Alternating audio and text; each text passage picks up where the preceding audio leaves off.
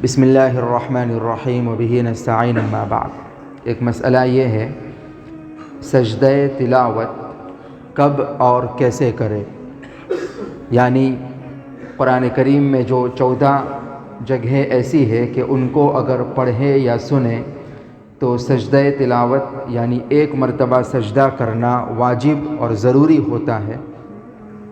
یہاں رک کر لگے ہاتھوں دو مسئلے اور سمجھ لیں۔ 14 جگہیں ہیں جن کو پڑھنے یا سننے سے سجدہ واجب ہوتا ہے۔ اس میں سب سے پہلا سجدہ ڈائریکٹ 9ویں پارے میں ہے اور آخری سجدہ اقرأ بسم ربک الذی والی صورت میں ہے۔ 70ویں پارے میں 2 جگہ سجدہ لکھا ہوا ہے۔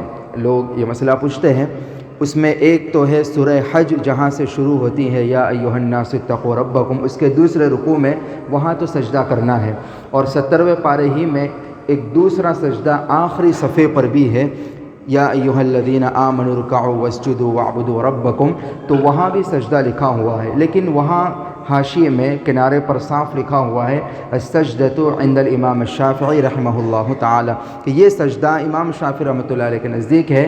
تو 70ویں پارے میں ہمارے نزدیک صرف وہ ایک ہی سجدہ ہے جو سورہ حج کے دوسرے رکوع میں ہے، اور یہ جو آخری صفحے میں سجدہ لکھا ہوا ہے وہ ہمارے نزدیک وہاں سجدہ واجب نہیں ہوتا۔ دوسرا مسئلہ یہاں یہ بھی سمجھ لیں کہ جس طرح پڑھنے سے سجدہ واجب ہوتا ہے، سننے سے بھی سجدے کی آیتیں سننے سے بھی سجدہ واجب ہوتا ہے۔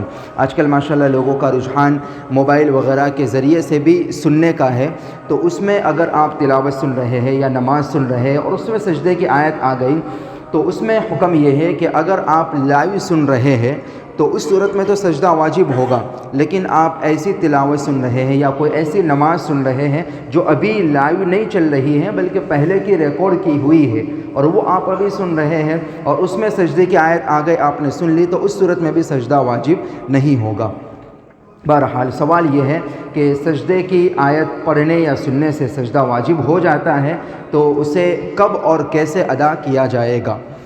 جواب یہ ہے، نمبر 1، بہتر یہ ہے کہ جب بھی آپ سجدے کی آیت قرآن مجید میں پڑھیں یا کسی سے سنیں تو بہتر تو یہ ہے کہ اسی وقت آپ فوراً سجدہ ادا کر لیں۔ آپ کے ذمہ وہ واجب اور ضروری ہو گیا، اب بہتر یہ ہے کہ آپ اسی وقت سجدہ ادا کر لیں۔ اگر اس وقت نہ کر سکیں تو اس بات کی بھی گنجائش ہے کہ آپ بعد میں کبھی بھی سجدہ ادا کر لیں، حتیٰ کہ اگر پورا قرآن مجید آپ نے ختم کر لیا 1 مہینے میں، 2 مہینے میں، 3 مہینے میں، ہونا ہی چاہیے اتنا تو جب بھی آپ کا قرآن مجید مکمل ہو گیا اس کے بعد میں ایک ساتھ میں 14 سجدے کر لے، اس کی بھی گنجائش ہے۔ اور البتہ یہ ذہن میں رہے کہ جو 3 مکروہ اوقات ہیں، طلوع، زوال اور غروب، یہ 3 اوقات میں سجدہ کرنا مکروہ ہے۔ اس کے علاوہ آپ کسی بھی وقت میں، کسی نماز سے پہلے، کسی نماز کے بعد، حتیٰ کہ فجر کے بعد، عصر کے بعد، جو 3 مکروہ اوقات ہیں ان کے علاوہ کسی بھی وقت میں سجدہ ادا کرنا چاہے تو کر سکتے ہیں۔ دوسرا سوال یہ تھا کہ کس طرح کیا جائے، اس کا طریقہ کیا ہے؟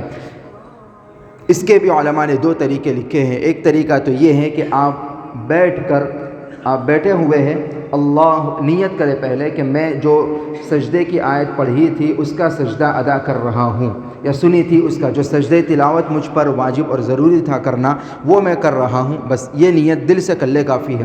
اللہ اکبر کہہ کر سجدے میں جائے، 3 مرتبہ کم سے کم سبحان ربی الاعلیٰ پڑھے، اللہ اکبر کہہ کر بیٹھ جائے، آپ کا سجدے تلاوت ادا ہو گیا۔ نہ شروع میں ہاتھ اٹھا کر رکعت باندھنے کی ضرورت ہے، نہ بعد میں سلام پھرانے کی، اتحیات پڑھنے کی ضرورت ہے، کچھ نہیں، بس نیت کر کے اللہ اکبر کہہ کے سجدے میں جائے، 3 مرتبہ سبحان ربی الاعلیٰ پڑھے، پھر اللہ اکبر کہہ کر بیٹھ جائے، آپ کا سجدہ ادا ہو گیا۔ یہ ایک طریقہ۔ دوسرا طریقہ یہ ہے کہ آپ کھڑے ہو جائیں، نیت کریں، کھڑے ہو کر پھر اللہ اکبر کہہ کے سجدے میں جائے، 3 مرتبہ سبحان ربی الاعلیٰ پڑھے، پھر اللہ اکبر کہہ کر کھڑے ہو جائے۔ یہ طریقہ پہلے طریقے کے مقابلے میں زیادہ بہتر، اس میں ثواب زیادہ ہے۔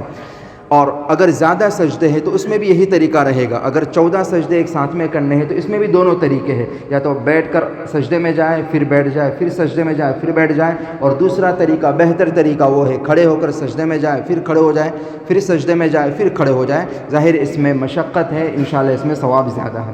ہاں، جو حضرات معذور ہے، بوڑھے ہیں، ظاہر ہے وہ اگر اس پر عمل نہیں کر پائیں گے تو اللہ کی ذات سے امید ہے کہ بیٹھ کر، مجبوری کی وجہ سے، معذوری کی وجہ سے جو بیٹھ کر کریں گے، اللہ اس پر بھی ثواب عطا عطا فرما دیں گے. لیکن بہرحال ہم جیسے جو نوجوان لوگ ہیں اور جو اللہ نے جن کو صحت عطا فرما ان کے لیے بہتر یہ ہے کہ جو دوسرا طریقہ اس پر عمل کرے اس میں انشاءاللہ زیادہ ثواب ہے. واللہ اعلم بالصواب.